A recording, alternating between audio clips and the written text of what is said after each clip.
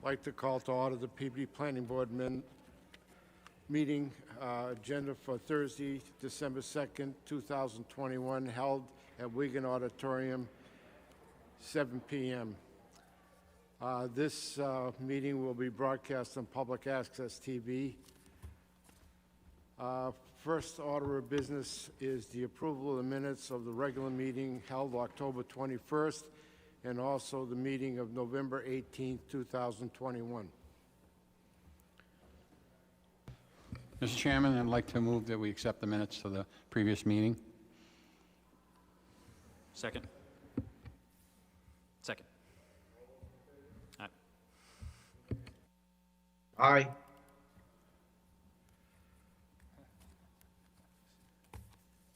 Next order of business is site plan and building permit preview. I'm going to skip to 68 Prospect Street because there is nothing new on the agenda, and this will be carried to the next meeting, and also 13 Courage Street with the same condition.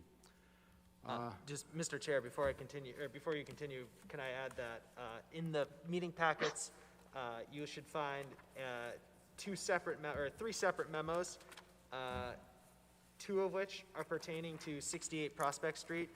I met this morning with the applicant's engineer as well as the Department of Engineering. It was a productive meeting. They're both working on the applicants are working on a final set of plans that have revisions that are being looked at by the third party. They were asked for by third party review in the Department of Engineering. They're working on that. They're hoping to get that to the board for their January meeting. So the memo in there is just one from today from the Department of Public Services, stating that they're currently waiting a final review. The other is from November 23rd, and that outlines all of the items that the Department of Engineering was looking at getting adjusted on the next set of plans. And then in regards to 13 Corwin Street, you should also be able to find a memo in there. The Department of Engineering just received back a set of plans. They are reviewing those plans, and they hope to get us a memo as soon as they have that final review as well. So Attorney Kelty is here if anybody is to have any questions in regards to either of those properties. Any questions regarding to Corwin Street or 68 Prospect? Hearing none. Next item on the agenda is 8 Centennial Drive. This is the first time before the board. This is a public meeting, but not a public hearing. So the way this system works is that the applicant will present to the board. The board will have an opportunity to question, and this should be carried on through several meetings before it's approved. There'll be no approval of this tonight. This is an application by R.G. Kelty Management, LLC, seeking site plan review, approval for a proposed storage warehouse. This applicant is proposing the redevelopment of the property, including resizing and removal of the existing building infrastructure and construction of approximately 183,000 square foot storage warehouse. Mr. Kelty.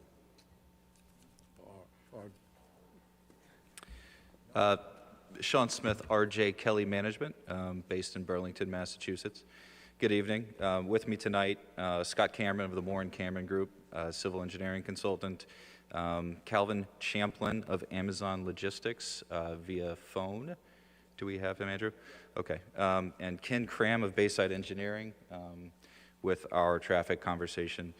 And we do have the distinct pleasure tonight of introducing the 183,000 square foot storage warehouse proposal for 8 Centennial Drive on the behalf of Amazon Logistics. And though there is really no doubt that Analogic's history and its importance with the city are irreplaceable, I think this is a unique opportunity for the city. It's very rare that you have a building of this size and a property of this nature go dark and not stay dark for a period of time. And there's countless examples I think you can see around, especially New England, of this. Amazon's proposal does offer an opportunity to stabilize cash flow almost immediately upon Analogic's move, as well as offer opportunities for long-term revenue growth, as well as opportunities for employment over the long term. So this is a large project. The presentation tonight will seek to stay at a high level.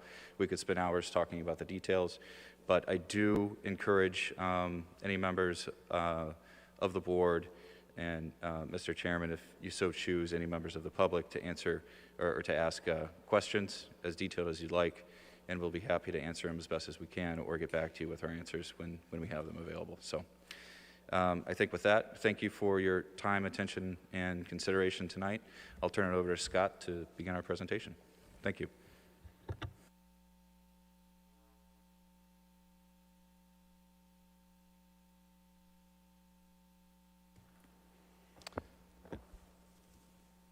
Good evening, Mr. Chair, members of the board, and the city.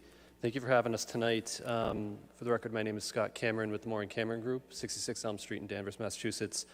Before I get going through the chair, we do have a slideshow presentation. It's brief, but I did have a printed handout of the same, which might help you see things on the screen, which is kind of far away, but I can hand these to you if that's acceptable.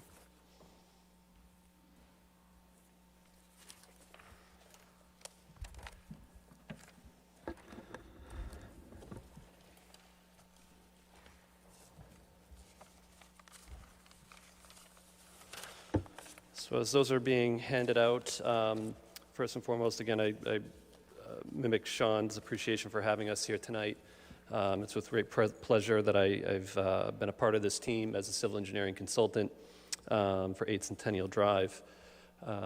As we walk through the slides tonight, I'll try to be brief, and this is kind of a 10,000-foot view looking down. Yes, sir. Is there anybody from the public here for this? I was wondering if there was somebody. I think they are. Would you guys like to have a slideshow to look along as well, a hard copy? Okay. No problem at all. Thank you. Andrew, if you wouldn't mind, I'll kind of give you an acknowledgement to move to the next slide when I'm ready, which I am now. So just looking down on the property on an aerial image, center of this slide is the property. It's outlined in orange. It's an approximate 59.9 acre parcel situated in the heart of the Centennial Industrial Park. You can see there's developed industrial zone land on all sides of the property. You can see Centennial Drive to the south, Jubilee Road to the northwest, and Route 128 to the north. Across Route 128, there is residential zone land. There is one neighborhood greater than 200 feet away from the site, but otherwise the rest of the property is bound by the industrial zone land. There's approximately 2,700 feet of frontage on the property, and it is identified in the Peabody Assessor's map. 91 is Lot 6. The building on site now was constructed, the original footprint, circa 1982. There's been several iterations and additions put onto the property since that time. Andrew, if you wouldn't mind going to the next slide. This is an existing conditions survey showing a little more detail. You'll find this in your plan set as well as more zoomed in detailed plans. The property is largely developed from about a third of the property through a third of the property, right through the middle. There's approximately 17 acres of paved parking surfaces for 1,342 parking spaces. The building footprint itself is about 6.3 acres. You can see to the west side of the plan left, there's a large wetland area with a 100-foot buffer zone, which I highlighted in green. This wetland receives a majority of the stormwater runoff from the developed portions of the property.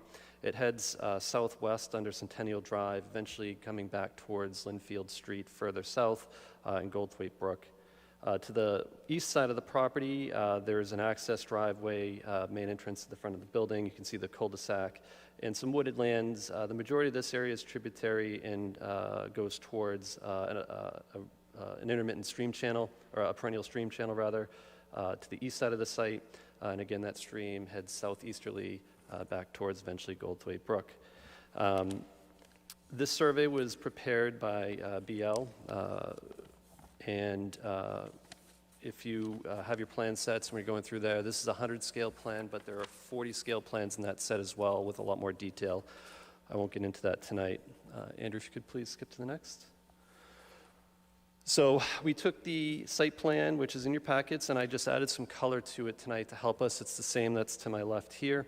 I'm going to give you an overview of the site, and then I'll turn this over to Calvin, who's going to speak to you about how the facility will operate. So as you're looking at this kind of color-coded key, you'll see notably the proposed 183,000 square foot storage warehouse building is situated in the center of the property in the light brown. To the left and right of that, you'll see blue parking areas. That is the fleet storage parking for the vans that support the building. In the front, yellow, that is the associate parking area. That is a parking area for the employees who work in the building, guests. Also some guest spaces in that front area, and also a pickup drop-off area. I'll get into that in a little bit. In the back of the building is the truck yard in red, pinkish color. You can see that is oriented adjacent to Route 128. And then the gray is the circulation and access roads around the property. In total, we are proposing 305 associate parking spaces, so these would be your standard 9x18 parking spaces in the yellow. And there are 867 fleet storage spaces. Those are the van spaces in blue, and those are a little larger. They're 11 by 27 in measurement for those vans. I'm sure you've seen the delivery vans around day to day. Each of those parking areas will have their own curb cuts on Centennial Drive. The gray driveways, which are a little larger, would be the main delivery in and out of the property, so there's 2 curb cuts. And then to each side of the building, you'll see orange parking spaces directly against the building. Those are where they load the vans. And then just outside of that, a little further away in pink and blue, multicolored parking, that's the staging area. So the vans that are ready to get loaded are queuing up there, and then when they're getting loaded, they're at the building. When we engineered this property, we went through a fully inclusive stormwater management design. I'm not going to get into a lot of detail tonight on the utilities and stormwater. It's very technical, but I will say from a stormwater perspective, in the existing condition of the property now, there really aren't many stormwater controls in the form of mitigation or treatment. It's typical with the age of construction of the property, catch basins, pipes, manholes, discharging out to the wetlands. With very little mitigation before it gets there. As we went through and engineered the property following the Mass DEP Stormwater Management Handbook and the Peabody Stormwater Ordinance, what we ultimately arrived at was a fully compliant stormwater management system that's not only mitigating the stormwater runoff, but also mitigating volume. And as I talked earlier about where everything eventually ends up going towards Goldthwaite Brook further off site, the fact that we are mitigating the volume for all storm events on this property will carry with it a significant benefit, not only for the site, but for the city downstream from that as well. And of course, we have been in contact with Will Pollitt's and staff, and it's our understanding that this will be going through a peer review through some various consultants relating to stormwater, traffic, and environmental. At this time, I'm going to turn the presentation, you can leave it on this slide, over to Calvin, who hopefully can come through via Zoom for us.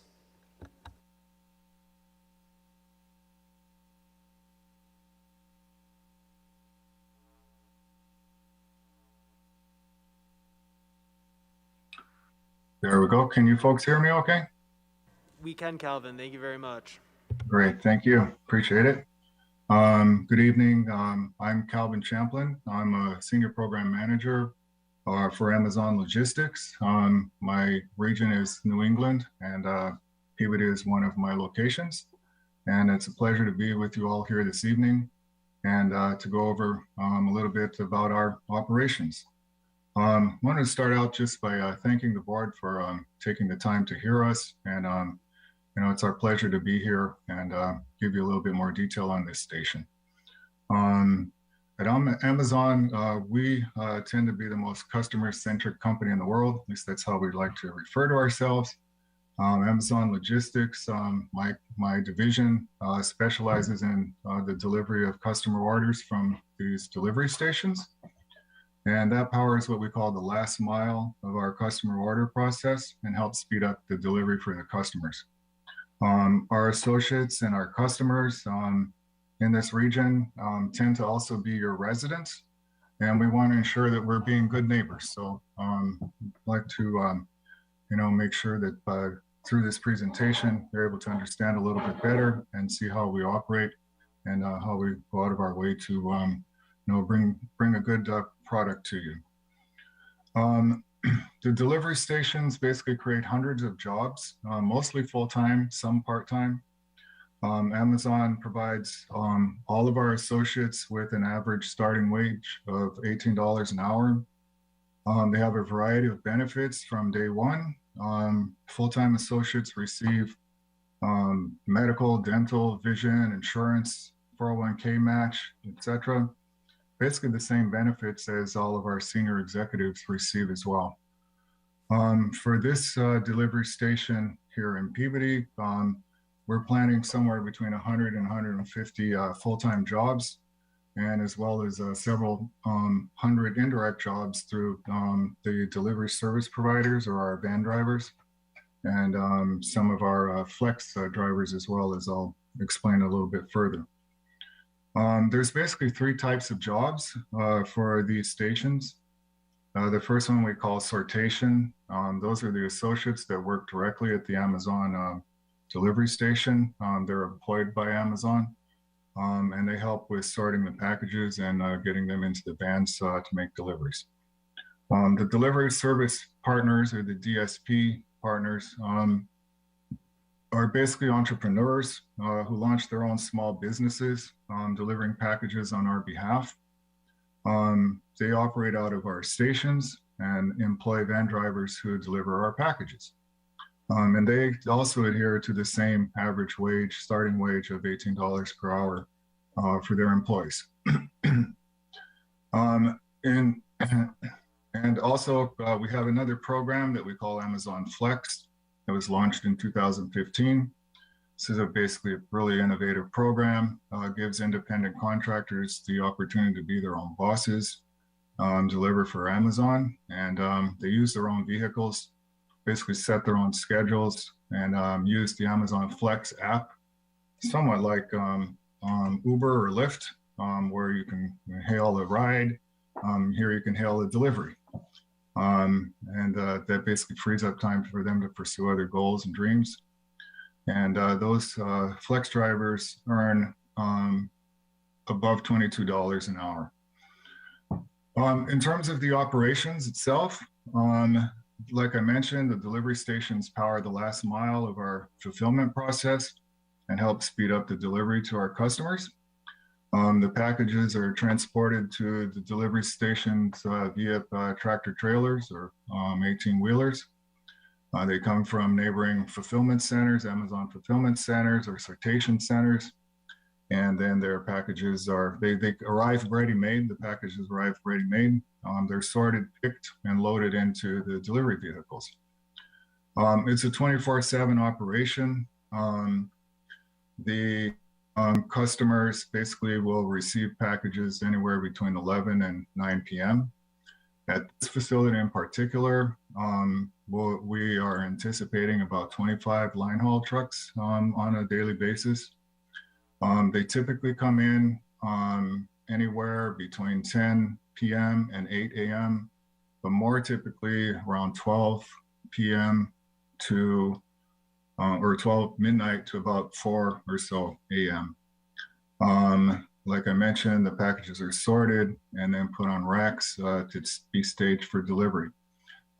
As Scott was pointing out, if you look basically right in the middle of the site plan, you can see that pink area with the turnaround. The line hauls, as we call them, come in along that dashed red line. They go to the back of the site, basically unload their packages, swing around in the turnaround, and leave for the evening. Then sometime between 2 a.m. and 12:30 a.m. p.m. are when the first associates arrive. They park here in this yellow area, as Scott explained. They sort through all of the packages, basically get everything set up in racks for the loading of the vans in the following morning. The delivery associates then start arriving for the next shift at about 9:20 in the morning. They get stationed and ready to start loading up. And then around 9:50 or so, about half an hour later, through about 11:10, the delivery vans start arriving. They'll either come by public transport or in their own personal vehicles. They'll park in the blue areas on either side of the delivery station, park their personal cars, pick up one of the vans, and then they'll swing around and line up along either side of the delivery station in those kind of pinkish locations that you can see to be loaded and sent on their way. We dispatch them in waves of about every 20 minutes. And typically somewhere around 80 to 100 or 120 vans at a time.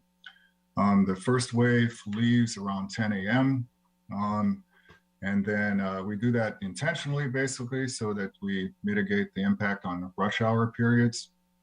And then that basically completes itself, that operation completes itself around 11:10 or so. The station then goes quiet for a while. And then in the evening, the vans return after having done their routes.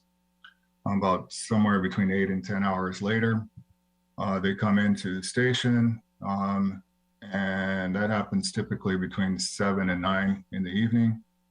They park their delivery vans on site and basically leave for the evening and return in the morning. Like I mentioned, we also have the Flex program. And those folks arrive somewhere around 4:30 in the afternoon, pick up the packages. They load and depart about every 15 minutes. And that's a one-way trip. They basically come in, pick up the package, turn around and leave, and then only return the next day or when they're called again on the app. Very similar to what you would see with an Uber or a Lyft call. We have support for all of those operations throughout the day. As I mentioned, it's a 24-hour operation. Once that's all completed and the van drivers have come back, the vans are basically checked out, make sure that everything's good for the next day. The drivers typically leave around 9:40 or so p.m. And then the associates basically start preparing the delivery station for the next day packages. So in a nutshell, that's how the operation works. And we have a little bit more in the presentation, and I'll come back to answer any questions you may have at that point. Thank you.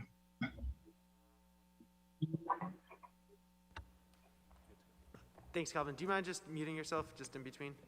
Oh, sure, yeah. Thank you.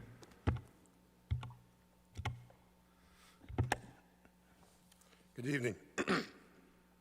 My name is Ken Cram. I'm with Bayside Engineering out of Woburn, Massachusetts, and we were contracted to perform the traffic impact and access study for the project.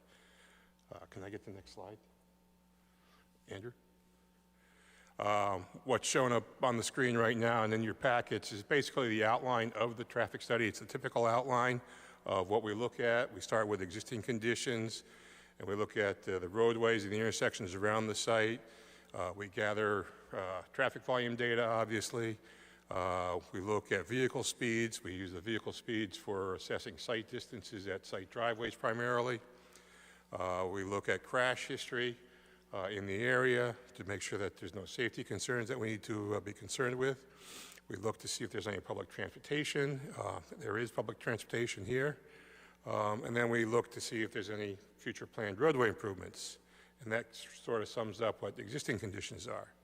We then look at our future conditions. We have two components of the future conditions. We have our no-build condition, which is basically the future condition without the proposed project, but we include a background growth rate to account for developments outside the immediate study area, and we include any projects that are identified in the immediate area that could generate some traffic.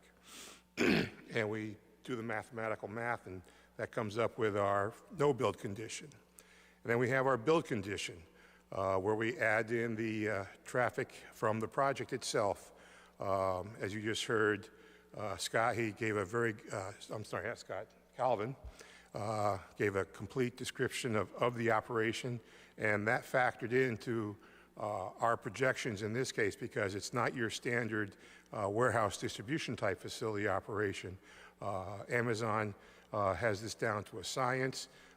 They've employed many transportation demand management measures in their operations because they know they don't want to have an impact on the peak hours of traffic, which are, when I started my career 30-odd years ago, it was generally 1 hour, but now it's sort of expanded to 2 and sometimes 3 hours, depending on where your area is. And then we do our analysis. We look at, we analyze existing conditions, future no-build conditions, and the build conditions with the project, and we see what our impacts are. And if we have a negative impact, we look to find out what can we do to improve the conditions to mitigate our impacts. And the last thing we look at is site distance at our site driveways, which we did. And we made some recommendations for that. And then the last thing, of course, is recommendations, where we make any recommendations and so forth. So next slide, Andrew, thank you. This is kind of small, but it's the general area around the site. We looked at 16 or 17 intersections around the site, including the driveways on Centennial Drive. As I said, we looked at the weekday morning peak hour, the weekday evening peak hour, as well as the Saturday midday peak hour, because there will be operations. It is a 24/7 operation, and there will be deliveries made on Saturdays and Sundays as well. And then the next slide is, I'll just go without getting into any specific detail, our conclusions. As a result of our traffic count program, we were able to compare our projections to what Analogic generates now. They're the only use on this site. And right now, they're not at full occupancy. No office buildings are at full occupancy. A lot of buildings, including Mass Highway, Mass DOT, they are still, a lot of them are still working remotely. But we were able to compare our traffic generation during the peak hours to what Analogic generates now. And during the weekday morning and weekday evening peak hours, we're going to generate less traffic during those morning peak hours and evening peak hours, which is a benefit. It lowers the impact on the intersections around the site. As Calvin indicated in his presentation, the van drivers primarily, they don't start arriving on the site till well after 9 o'clock in the morning, which is well past the peak hour. The delivery vans that are going to operate out of this facility, a lot of those vans are currently in the area, but they're not coming from this facility because it's not built yet, but it's coming from facilities within the general area. And as the facility is built and goes online, those operations are going to shift from those outlying facilities to this facility. So some of those vans are actually on the road now. As I indicated, the capacity analysis showed us that during the weekday morning, weekday evening peak hours, we don't have a significant negative impact. If anything, we have a positive impact by having less volume. The site driveways, based on the volumes and the projections, are all going to operate at a good levels of service during all peak hours. We did make a recommendation for the site access points. As I mentioned earlier, we measured the speeds out on Centennial Drive. We used the 85th percentile speed that was observed to assess site distances to make sure that there's adequate distance for a driver exiting or driving on Centennial Drive to be able to see the driveways, and if they have to, come to a safe stop, so that we've done that. And then lastly, I also mentioned that we did do, there are TDM measures that they currently employ, obviously having their traffic come outside of the peak hours, but we've identified a TDM program that Amazon has agreed to implement, and try to, get people to use public transportation or bike or walk if they so desire to the site. So that's a real brief summary of the traffic impact and access study, and I will be here to answer any questions. Thank you.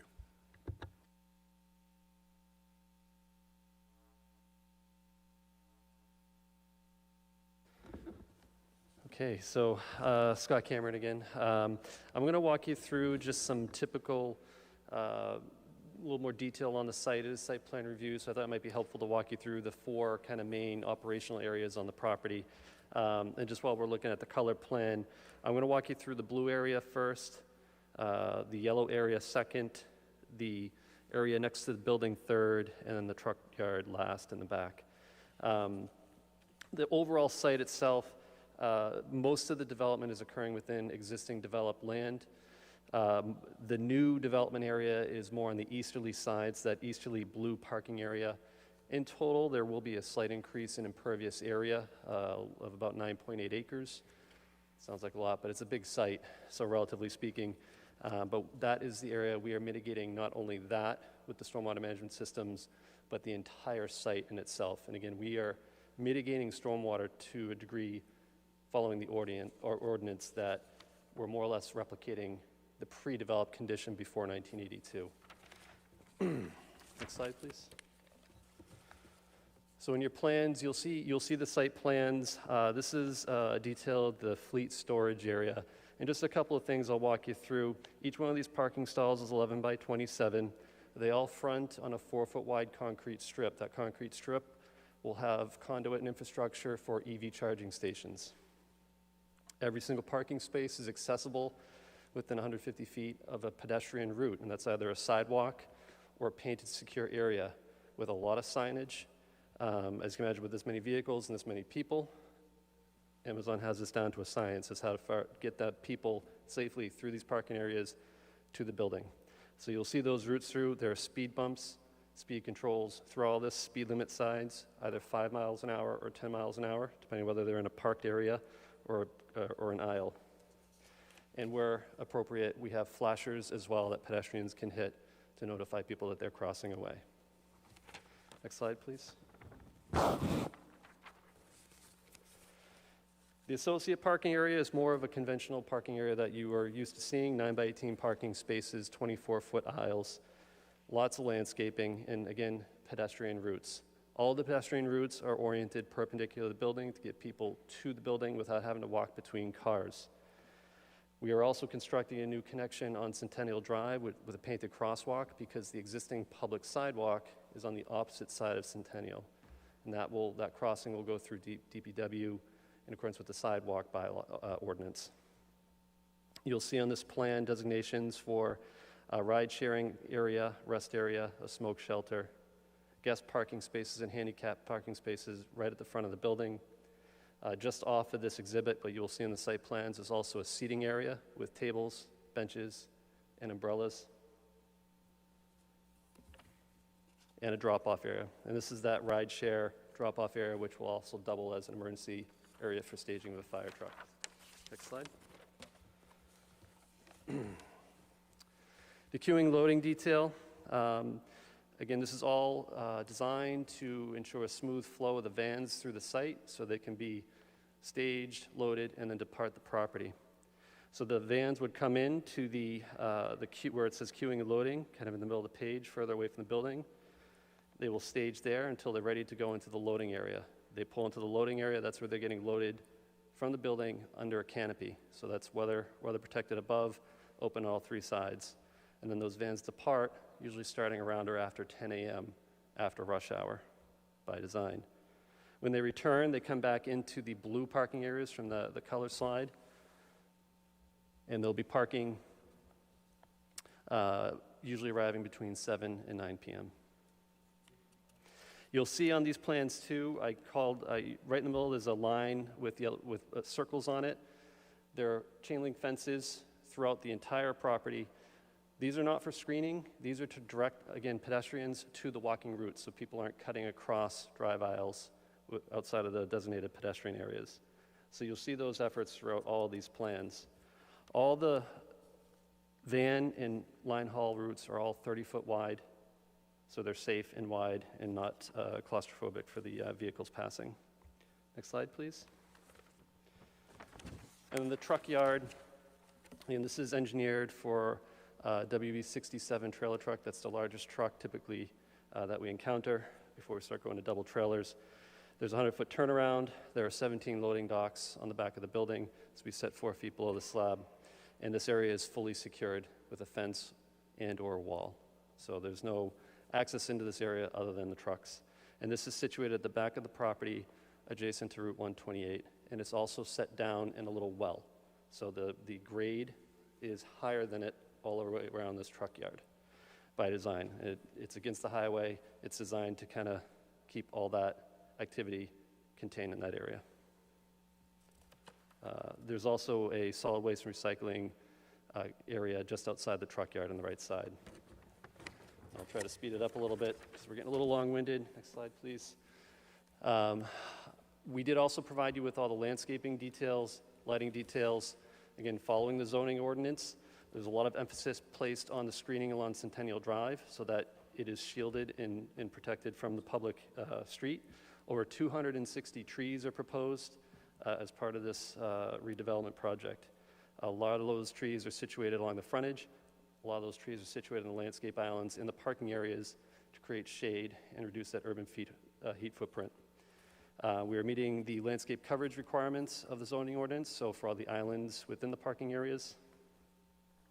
And all the lighting, if you could go to the next slide, all the lighting will be downcast, dark sky compliant LED type fixtures. This is just an example of the type of fixtures. You've probably seen these before. They're very, very sleek, very slender. They generate a lot of light while using very little power. And there's a photometric plan, which is a plan showing the light output. There will be no light trespass anywhere near the property lines, as these are all designed to keep it on the property. Next slide, please. I'm going to see if Derek Keel can jump on to talk a little bit about the building.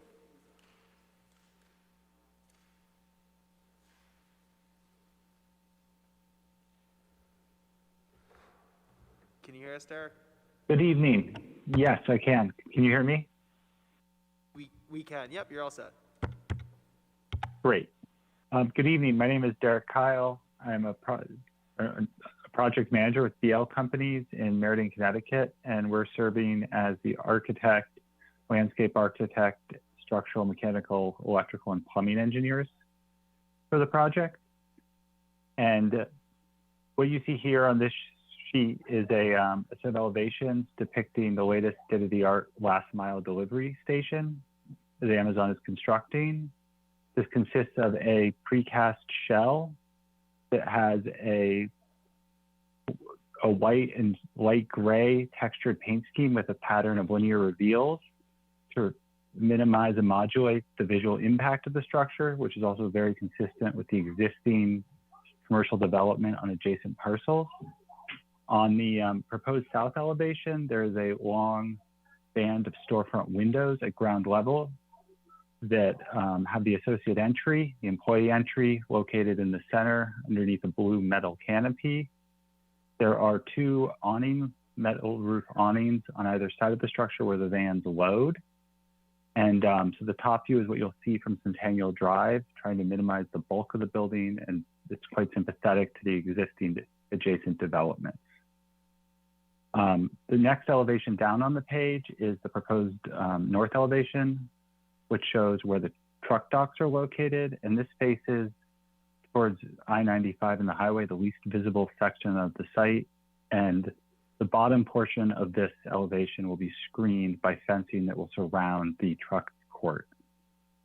And then the bottom 2 images are the side elevations where the van loading canopies are and where vans will pull up and have their packages loaded. And you can see these are modulated with linear reveal, trying to break up the large volume of the building on these sides. And they'll have a blue metal coping around the canopies, a blue painted stripe at the top, but fairly limited branding to that, and trying to be sympathetic and basically minimize their impact in the neighborhood.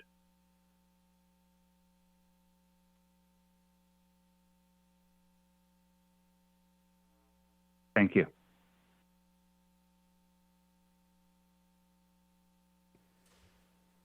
Yep, that's our presentation.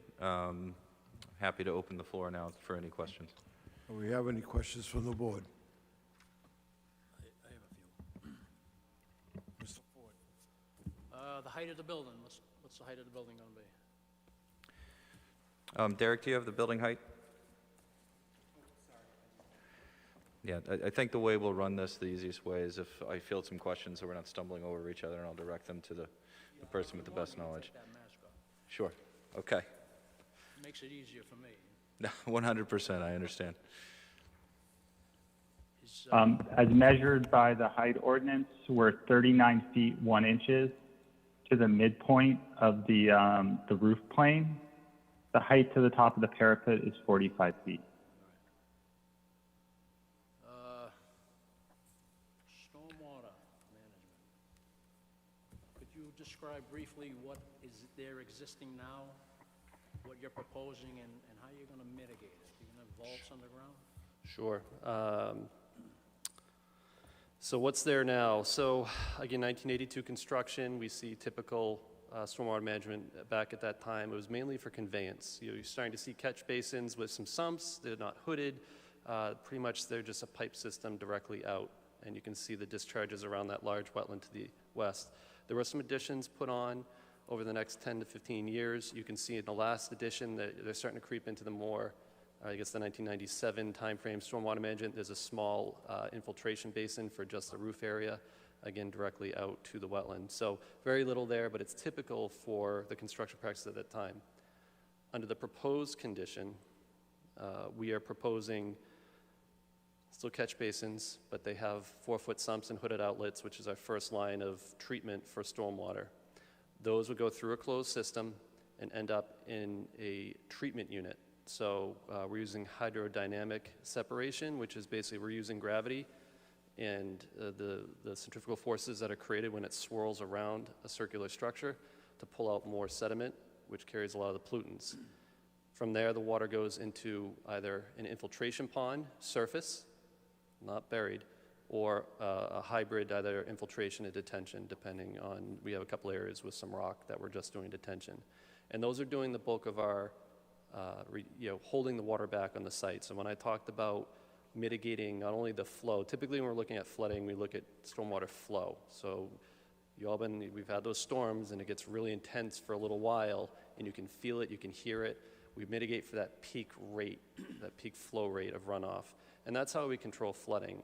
But in addition to that, Peabody has a local ordinance that requires us to mitigate volume as well. The volume's the tricky part, and that's where we start getting a lot of retention on the site, because the only way to mitigate volume is to put it back in the ground. So we're holding on the site, we're letting it drain back into the ground, and slowly releasing that water out. And because we have to mitigate for both a 2-year storm, so a small storm that you see frequently, and we got to mitigate for a 100-year storm, which we've seen one in the last 10 years. We have those, yeah. We have those, and I lived in Peabody for a fair share, and my family's from here too. We know all this area goes down there, but we're holding back that water, putting it into the ground, and effectively creating a situation where we're not comparing our proposed development to an existing redeveloped site. We're developing almost to a point where we're comparing it to a naturally wooded condition when we look at the differences from the existing condition now to the post. So there's a lot of stormwater mitigation, and I'm sure Will and the peer review consultants will go through that and make sure that they agree with all that design. And that site there has a large impervious surface. Correct. So management is going to be key. Absolutely, and it's spread out around the property as well. So we have areas spread out. It's not all in one spot. We're spreading it out, which is good practice as well. Thank you. Thanks. Oh, sorry. Any other questions from the board? I have a couple questions. First one has to do with the number of vehicles. The way I read it is you have 3 spaces for customers, 3 spaces for guests, and you have over 2,500 spaces for vans, trucks, and automobiles related to staff and business. That's a heck of a lot of vehicles coming and going. I don't know, correct me if I'm wrong, it seems like a heck of a lot going on there, and I don't know what the traffic's gonna look like. I mean, there's only a couple of ways in and out of there, and, you know, you have other businesses there, you have, and so on. Please, help me understand this. Sure. It's a good question. I think I heard the number 2,500. That's the number you have here. I added them up. Yeah, I'm not sure that's quite accurate. It's very accurate, and it doesn't even include all of them. I've left out things like, you know, the training parking areas and so forth. But if you go down this list here, parking calculations, there's over 2,500 between, I mean, it's there right in black and white. Sure, sure, if I could, yeah. So for the fleet storage, there's 867 fleet storage vehicles total, and that's in the blue areas. The associate parking is 305. So a total of just under 1,200 parking spaces on site. Well, I get associate spaces 252, Amazon management 15, DSP management 32, total associate parking is 305, and then I have standard van spaces 582, van driver personal vehicles 150, 66 training. Okay, I didn't add that. An additional van staging, 90. Van loading, 90. You know, you have all these spaces in all these places that are going to be loading and unloading and waiting and so forth. Yeah, so just We know Amazon, all these places are going to be filled. Yeah. You know, there's not going to be many vacant spaces over there. Especially, and this is a 24/7 operation. I just see a lot of traffic there, and I don't know if that's as big a concern that I should be bringing this up or not, but it seems to me it is. So again, I think just to clarify the table as you're reading down it, when you get to the point where it says 305, that's actually a total for everything above it. No, I understand So that. it's a little confused. So it is 1,190 or so spaces total. I think, Ken, maybe?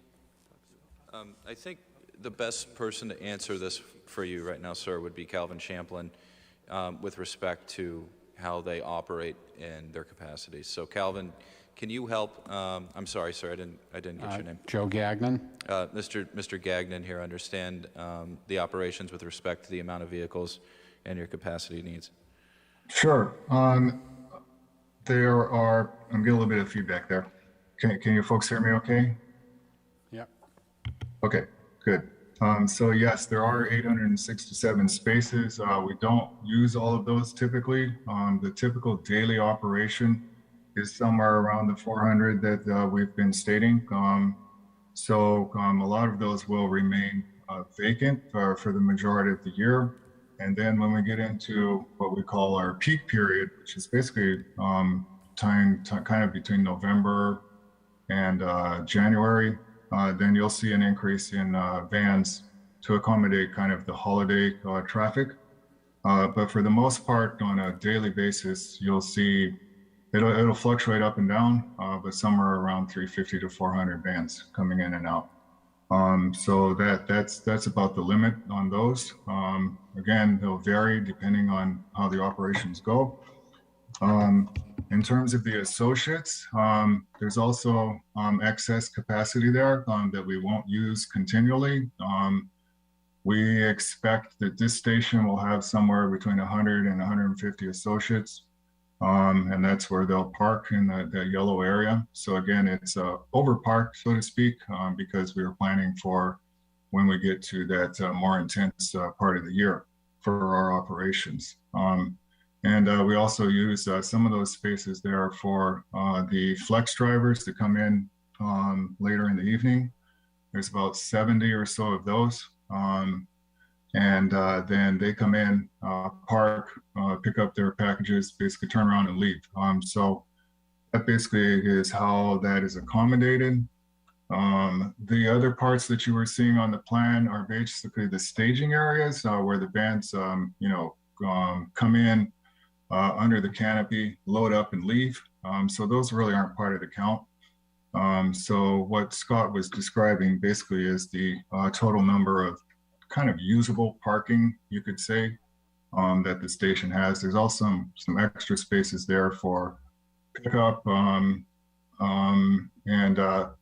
kind of a staging area as well that we kind of double use for emergency vehicles as well. So yeah, when you add those up, it does look like a lot more, but they're broken down into those categories that Scott described. And typically, I would say on a typical day, the parking is about half of really what we're using. So, or what's there to be used. I hope that kind of helps picture it for you. Thank you. Even if my math is off, and I think it may be off a little bit now that I looked at it again, but there's still a significant amount of cars coming and going, trucks, vans, you know, tractor Yep. trailers and so forth. There are. And the only thing I see, or that was mentioned here, I believe, is that there's only going to be like one additional curb cut for road improvements. There must be more than that, right? Is that just a taste of what it's going to be? What's going to be coming? There's basically 3 accesses to the site. There's 2 for the vans. There's one in the middle for the line haul trucks, and then that accommodates the associates as well. So Scott, there are 3, right, that we're proposing altogether. Okay, thank you. Yeah, so to answer the question, we actually have 6 total cuts. So we have 1 here, Yeah. 1 here. We have 2 for the associate lot as I reach over here away from the microphone. And then we have 1 additional for the west van parking. Right, This so may- 5 pre-existing, and then there'll be an additional 1 added. Is that correct? Additional one. Yeah. Correct. Okay. And I think a couple other data points that might help you, Mr. Gagnon. Right now, the site actually does have 1,342 parking spaces, so we are actually reducing the amount of parking spaces and redistributing the traffic in different ways that are off-peak. So in terms of the traffic impact, it's actually going to be reduced from what it would be when Analogic was operating at its peak capacity. And I respect your opinion on that, but the parking spaces previous were people parking there to work in the building, where now the parking spaces, like everyone's coming and going, here, come and going, let's hustle, let's move. You know, it's different. So you have to just take that in consideration. I just have a couple extra small questions. The vans and trucks, are they owned by Amazon and they're there on site after work, or are they owned independently where they take them home? Well, that's actually both, and Calvin can kind of describe that split for you. Yeah, the vans are basically independent contractors. They contract with Amazon to deliver packages on our behalf, but they basically follow our standards, our norms, and they're trained by us. The delivery service providers are trained by us as well, but they basically act as independent contractors. So we don't actually own those vehicles. They work on our behalf. You were mentioning something beyond the vans as well. I didn't catch that part. I didn't quite hear him. What was his question? I believe there was another question that perhaps you had about the vans. I will say the Oh, yeah, van I just storage have a- overnight. Yeah. Oh, yes. Yes. So Yeah, the vans are stored on site overnight. The drivers come back to the station, park their vans, pick up their personal vehicles, and then leave for the evening. They're stored on site. We have monitors out there 24/7 to go take care of the fleet. So yes, they are parked there on site overnight. Thank you. One last question. Do you expect Amazon in the future to expand on their operation there, whether it's buildings or vehicles or volume? Or is this pretty much what they're looking at for years to come? This is the typical operation that we're envisioning. It may change a little bit as we get closer to when Analogic leaves, and by then I don't think I talked about this, but we kind of progress our buildings as time goes by, as trying to keep to the most state of the art as we can. What we're showing you today is our state of the art at the moment, but there are still probably a couple years or so before analogic is completely out of the building, and so we'll have probably a future generation of building. That doesn't necessarily mean there'll be more traffic. It may actually be even less. It could be more efficient at that point as we progress these sites and get smarter. But what you're seeing on the plans today and what I described is the typical operation. Like I mentioned, it will increase during what we call our peak season for the holidays. But on a database, what we call steady state is what we described to you today. So for basically 10 months or a little bit more out of the year, what you see is basically what you'll get. There won't be any increase. Okay, thank you, Mr. Chairman. I have no more questions. Mr. Samos, Roy, you have some questions? Yes, thank you, Tom. Can you hear me okay? Yes, no problem. Okay, great. Thank you very much. So I guess the first question I have is if somebody from Amazon could answer it.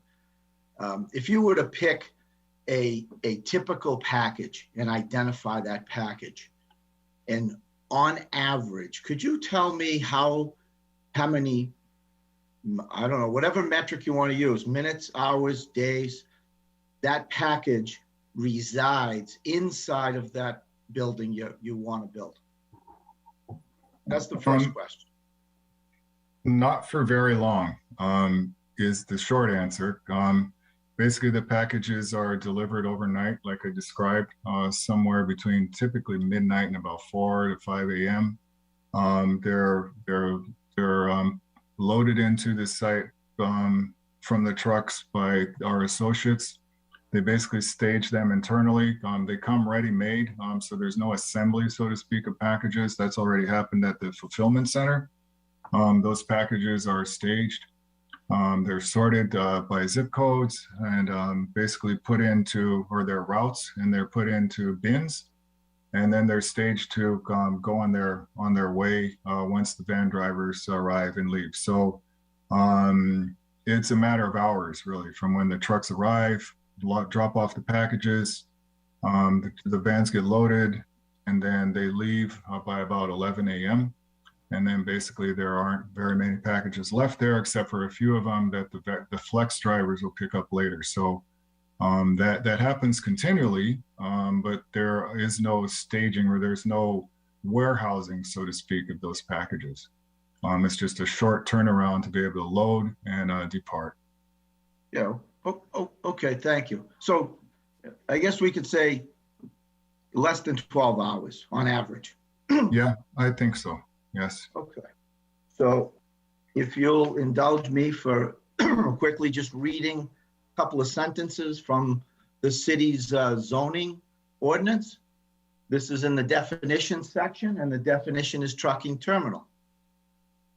A facility for the receipt, transfer, short-term storage, and dispatching of goods transported by truck. Included in the use would be express and other mail and package distribution facilities, including those operated by the U.S. Postal Service. And that is verbatim, word for word, from the zoning ordinance. So what I just read, does that sound like what you're building here? No, not really. We're not really a typical trucking terminal. We had this, we've already gone through this with staff quite extensively, and basically determined that we don't need a use permit for this operation, that our operation is more typical to a warehouse. We're a short-term warehouse where the packages come in, are staged there for a while and leave. But it's not like a typical trucking operation where you're loading large-scale vehicles. Ours basically just deliver small packages, leave, and then the vans go on their merry way. So there really isn't, it isn't like a typical trucking operation that you would see close to an airport or something like that. It's much more technical, I guess you could say, than that. Well, okay, but you know, I'm sure when they wrote the zoning ordinance, they never knew about Amazon. But I guess if you just jump around that definition, you know, word by word, not every single word, but a few key words, a facility for the receipt, you're certainly receiving. Transfer, you're certainly transferring from the trucks, the line hauls into the building. Short-term storage, I would argue that 12 hours or less, which we previously agreed upon, is short-term. And dispatching, that's you're dispatching trucks and vans for goods transported by truck. I know you've spoken to and gotten some sort of an opinion, but I disagree with the opinion. And I think some of the members on this board disagree with the opinion. And this will be the first time that I have ever thought that a project should go to the city council for a special permit. So that's about all I have. Thank you very much. If you'd like to respond in any way, shape, or form, feel free, but I'm done. I could address that slightly. We've been on site here in Peabody, this team for quite a few months, beginning actually before lockdown. And as such, we've had several meetings, and among them, we've communicated with the city solicitor and building department about this very issue of use, and we have a letter from the city solicitor which describes our facility and its uses as falling into the category of warehouse, as distinguished from truck terminal, and that's a letter that I'm happy to share with the planning board to be in its packet. Well, I know there's a project that coincidentally Mr. Kelty is representing that's probably no more than a half a mile away from this site that, if you ask me, is more of a warehouse than this one is. And they both say warehouse on the prints. So again, I'm done. Thank you very much for listening. Questions from the board? Dr. Otto? Thank you, Mr. Chairman. I think this should come to Mr. Kyle. He described the building elevations, but this is a terrible place to hear anything, and I didn't quite understand what the building materials were. Derek, can you describe, perhaps a little slower, just the acoustics in this room aren't fantastic, the building materials for us again, please? Yes, so the majority of the warehouse will be composed of precast concrete panels with a structural steel frame on the interior, and it'll have a metal deck with TPO roofing on it. And then the front entry will have storefront windows, basically a ribbon band at grade level, and the precast panels will have a pattern of linear reveal to break up the volume, and also a pattern paint scheme to give the visual effect of second-story ribbon windows to try and evoke what's going on adjacent parcels and stay consistent with neighboring existing developments. And then the other major element is the two loading canopies, which will have steel columns that support a roof with a blue metal fascia around them, and those will be metal roofs. Thank you. A related question. When Centennial Park was conceived, there were accessory design standards for it that operate outside of the zoning ordinance that were administered by the Community Development Authority. And if I recall correctly, Drew, this has changed somewhat over time. We had another project up there a couple of years ago where the situation has been modified, if I remember. So the incident that you're talking about is parcels that are zoned DDD. They are they are overseen by the Community Development Authority. This is zoned IP, so it does not fall under the DDD. Right, but there were design standards for the IP, for Centennial Park itself. So I can actually address that. Thank you for the question, because it's a good one. Believe it or not, those design standards had a 40-year life, and so those design standards have since expired as of August. Yep, thank you. No. Any other questions from the board? Yes. Mr. Chairman, I just have a couple logistical questions. What's the geographic area that the facilities will serve? As far as, is there a mileage radius or anything like that? Calvin, do you have that? I'm not sure if they define it exactly by radius, so. Yeah, we don't. We define it more in terms of a 45 or so minute drive. So a 40-minute drive, something along those lines. So these aren't typical zip codes or an area specifically in terms of a radius. It's more the amount of time that it takes to drive to and fro. So that's about if you picture what amount of time that would be, that's typically what these are. But they're actually typically shorter than that because we try to tailor the demand of the packages to more specific geographic locations. I don't know if that helps respond it, but it's not really pinned down that well. But we typically try to keep, because we have several of these 1 mile or last mile, as we call them, stations. There's not typically a whole lot of overlap. So you'll see them serving a geographic radius or area, typically not too far from the station. Okay. I guess my follow-up to that was, I know a lot of questions have been asked about the in and out of the vans and whether or not they're coming in or going. From what I'm hearing, do the vans get loaded once per day at 11 a.m. and leave, and then never to return until that 9 p.m.? That's right. Yep. And thanks for raising that. And Derek actually raised that here on the side with me as well. That's what happens. The vans, the drivers arrive, they pick up the van, they're loaded. They leave by 11 in the morning, then they go out on their routes and basically don't come back until the evening, sometime between 7 and 9 p.m. And then they leave for the evening. So it's a one in and one out. They don't come in and load and then go back out several times during the day.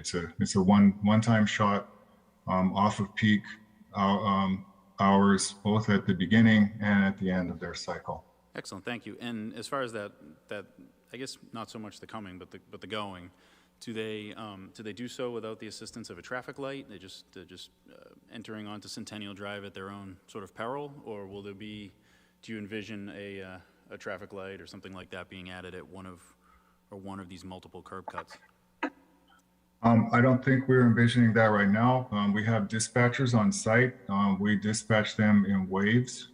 So about every 20 minutes or so, we'll dispatch a wave, pretty much to accommodate that, so that we don't get a whole ton of vehicles leaving right at the same time. There'll be one leaving every, whatever amount of time that is. And they won't be, there won't be a long line of them, in other words, leaving the site. We try to stage that as best we can, so that, you'll see a little flux and then a pause and then another little flux over about an hour and a half time frame, so that all of the vans leave. I thought I heard that Calvin, I thought I heard the wave is about 150 vehicles at one release. Is that? Well, we've got about 400 or so on this site, and it's anywhere between, say, around 80 to 100 vans in a cycle. So, we're trying to get them out as efficiently as possible, but we don't want that to delay too long, because now we're talking about longer lead times. So we typically like to get the vans out. Yes, there will be a bit of of an intense flow of traffic for that hour and a half or so. but then things basically go quiet and there isn't any return until the evening. So we try to break it up as much as possible to, not cause a huge impact on the surrounding area. Okay, thank you. And did you say that 100% of the vehicles are electric? Is that? No, they're not at the moment. 100% of the vehicle parking stalls will be electrified. In other words, we're providing conduit to all of the stalls. There will be charging stations installed at all of them eventually. We are staging, we're staging those in over time. We will have about 10,000 or so of those vehicles in operation in the next couple of years or so. And we plan of like 100,000 vehicle fleet. I think it's over the next 5 to 7 years or so, but not immediately. So you will see some vehicles eventually, turning over to EVs here. And yes, all of the van parking will be ready to go, basically with conduit installed. And as those vans become available to our locations, I mean, picture that it's a large operation. They go all over the United States. So we get our small allocation when they think we're ready. So it may be a while before you actually see those, but the intent is to have them in an electrical fleet, complete electrical fleet over time. Okay, and these vehicles, they're not fueled on site at all? No fueling and no maintenance on site. Okay, and I mean, I'm sorry for all the logistical type questions, but the No problem. drivers just responsible to fuel during the course of the day in their travels, or is there going to be an intense burden on an area of, I don't know if any of the 18 or 19 areas that have been defined as potential traffic study points involve any of the fueling stations that are local to the facility. So if they're not, I'd appreciate it if they could be included. There's some intersections where, well, the nearest intersection I can think of with a fueling station gets pretty backed up. So yeah, I think that might be one of the circles. The corner of Summit and Linfield seems to be the, yeah, and the Shell over there. So yeah. Yeah, I understand your concern. It's our concern as well. Typically, it's kind of a double-edged sword because on one hand, we like to be able to provide business to you locally. So, it is to the advantage of Peabody to have the vehicles fueling within the city. But at the same time, we know that may be a burden if they decided to all fuel at one station or a couple of stations. So we provide the delivery service van drivers with, kind of a map of where those fuel stations are, and then work as best we can to, kind of limit their use of a single or a couple fueling stations within the town so that it's spread a little bit more uniformly across it. But yes, I understand your concern, and it's ours as well. We prefer to not see them all piled up in one spot. It's not a good image for us, and it's not a good thing for the business, except for that one person who happens to own that right. fueling station. So. Right. Okay, wonderful. I appreciate it. That's all the questions I have tonight. Thank you. Yeah. One more question from Mr. Ford. Back to traffic briefly. This site backs up to Jubilee Drive. Is there any, should you plan to use Jubilee Drive for access to your site? Jubilee Drive is fairly narrow and isolated. There is an emergency access there that we plan to keep. But at the moment, I would recommend, and I think our traffic study and engineer would recommend everything travel to Centennial. And I will add, just as a follow-up, since there have been a lot of traffic questions, we do already expect staff to send this out, as you probably do, for traffic peer review. And we'll look forward to those comments and continuing this discussion, certainly. And on the signal question, obviously, and at the moment, there are no typical signal warrants that have been, and thresholds that have been overcome by the planned parade of vehicles that come out at a given time. So we'll be happy to visit all of this after the peer review. Yeah, I mean, I think the signal might benefit. I mean, I don't know if I work on Centennial Drive, and I know that I'd enjoy it, but I think it would help the drivers get out in a timely fashion. Sitting there waiting for the right moment to dart into traffic seems like it could be time-consuming for 100 vehicles at a time, but I don't know how the city feels about that. Look forward to seeing Will's, vision for that, but. Absolutely. Otto? Thank you, Mr. Chairman. I wonder if we might be provided with a copy of the opinion that Attorney Kelty referred to, and also, can we get the presentation drawings in electronic format? Yeah, I received it this afternoon. I'll forward it to everybody. Thank you very much. And yeah, we'll be happy to distribute the letter. Mr. Gagnon? Just to follow up on the signal, if the city determines that a signal would be most appropriate, Amazon would be willing to accommodate anything like that the city requires? Well, I think I'd look at Calvin for that answer, but, anything's a strong word, Mr. Gagnon. But, we'll for the certainly record. take anything into consideration. Yeah. Well, just for the record, though, I mean, if it's determined that it's recommended by the city to put a signal in there, and I hope and I know that the Amazon would come forward and do what's right.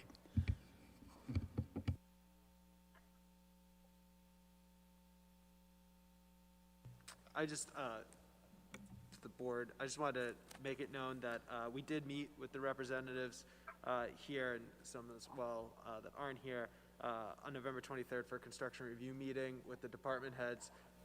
All these items were discussed, but as Sean did mention, there are items of this project that are going out for third-party review. But I just wanted to kind of make it the board aware. This is a process. This is a really large project. I think everybody here is kind of under the understanding that this is the opening meeting. There's going to be a lot more discussions that will be held.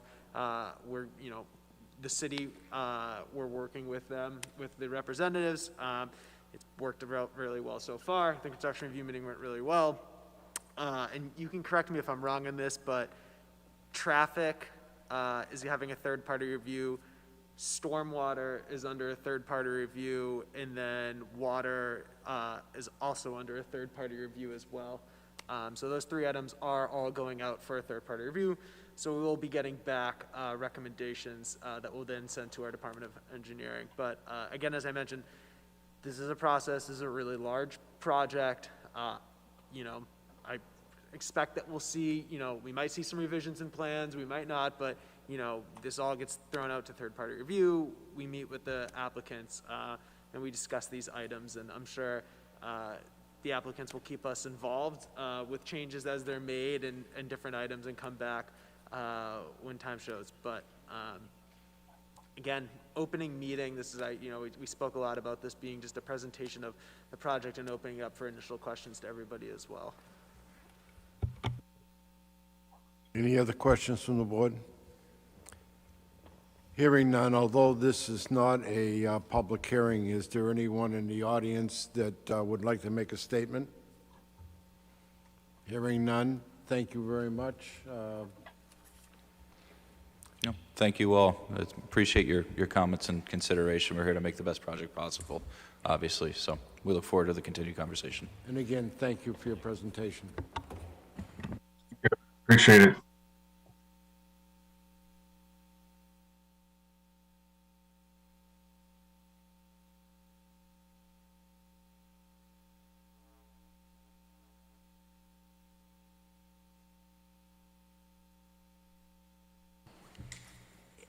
I think everybody here should have got the physical packet as well. There was just a few things that, in other matters probably before the board here. It's January, January is not that far away from here. So in the end of your packets, you should see a list of proposed dates for 2022. Following our regular schedule of, I'm just going to hold on a second for let everybody pack up just so we can hear better. So I'm going to give it a quick second here.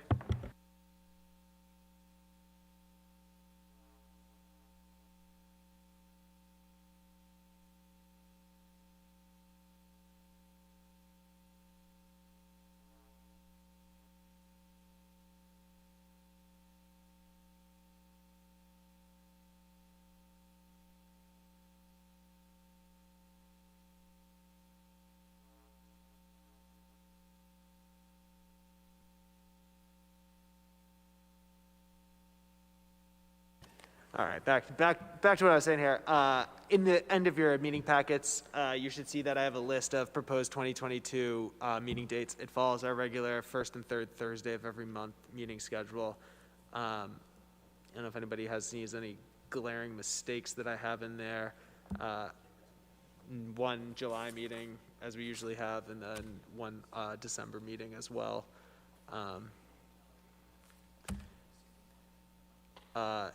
If we want, I guess we could have a motion to accept the meeting dates.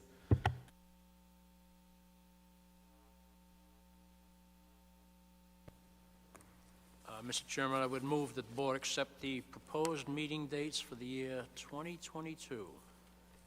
Second. Those in favor? Aye. Aye. Unanimous?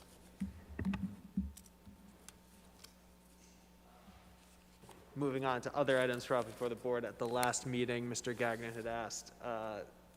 had made a point again that the board is looking for 2 alternates, and that Tom had then asked for myself to draft up a letter to then send to the mayor and have that letter at this meeting to discuss. That letter's in the end of your packets. If we'd like to discuss it, if you guys want to make any changes to it, please do. If you want me to just send it as is, I can also just do that. Anybody want to make any changes to that letter or comments? Dr. Otto, your mic is still on. Oh, sorry.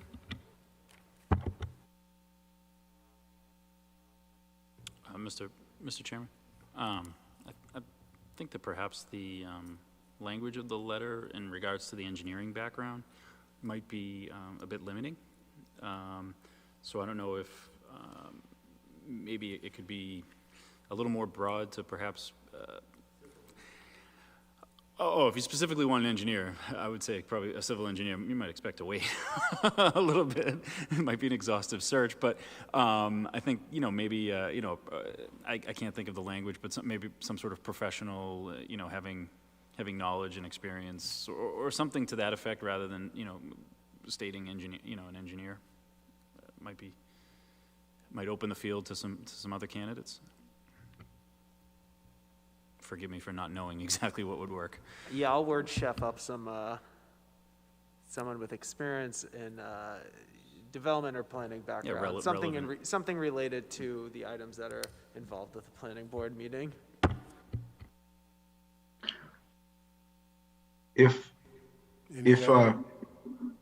Well, I mean, I don't think there's anything wrong with getting a civil engineer. So maybe you want to state that first and then, put a comma and say, or those other things that you stated.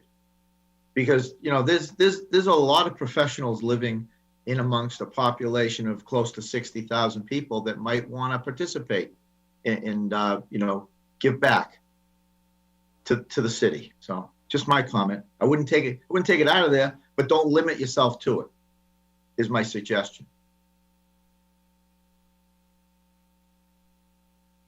Or perhaps a civil engineer would be preferred, something like that. I have had a conversation with the mayor on this exact subject, and I recommended we have an engineer. Civil engineer. Civil engineer. Yeah, does the board want me to Modify. modify it and send it, or do you want me to modify it and I'll bring it back to the January meeting? No, Do we want to make a motion as well, and then I'll just attach Question, that with the Mr. sheet? Chairman. I think if you put civil engineer, I think we're going to wait in 2 years to fill a spot. I mean, how many civil engineers are in Peabody that will find out about this, will be informed by it, and will have an interest in it to come forward? I mean, we haven't had a civil engineer come on this board in the whole time I've been here. Since I've been here? I like Roy's suggestion to include the Well, language. I you do want, too, but the I just- preference, but with the, there's 2 spots. So, make specific reference to civil engineer, but also, like Roy said, put the comma and/or professional, I can put in there that, highly recommend someone with a civil engineering background, so that the mayor is I'm aware just that saying, that's don't something. leave out everybody, anyone else that has some kind of experience, whether it's, architect, construction, anything, that, relates to the planning. Yeah, I think I can, if the board would like, I could add something along the lines of the board, highly recommend a civil engineer, but we are also seeking members that have experience in items that the planning board would oversee, such as architecture, planning, development, construction, a whole host of et cetera. We need the help, definitely. We need, not help, but we need the bodies. My big concern with the lack of a quorum is not that we're gonna cancel a meeting. My concern would be something's gonna pass on constructive approval because we could not take action in the time specified. That's my biggest concern. So, yeah, we need a couple of backup bodies, yeah. And along those same lines, Drew, I was thinking the same thing that Sean just expressed. And I think that maybe a little bit more urgency in the form of a sentence in this letter about that. Constructive approval is really, it could be a disaster for not just this board, but the city and the mayor as well. That's my comment. Does the board wish to make a motion to, so I can attach to that to us? Mr. Chairman, I would move to add the comments discussed this evening about the potential replacements to the board and the urgency for the action to fill the empty slots on the board. Are we all set? Second? Second, all those Aye.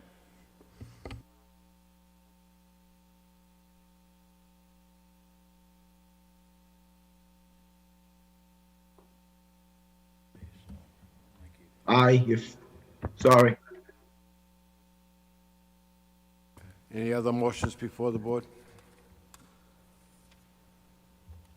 Move to adjourn. Second? All those in favor? Aye. Aye.